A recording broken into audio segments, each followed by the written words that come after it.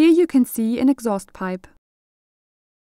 In the hot exhaust, sod particles and ash particles are emitted from the engine.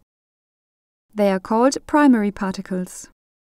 The sod particles can have a size of around 10 to 30 nanometers and may form agglomerates with diameters of 40 to 500 nanometers.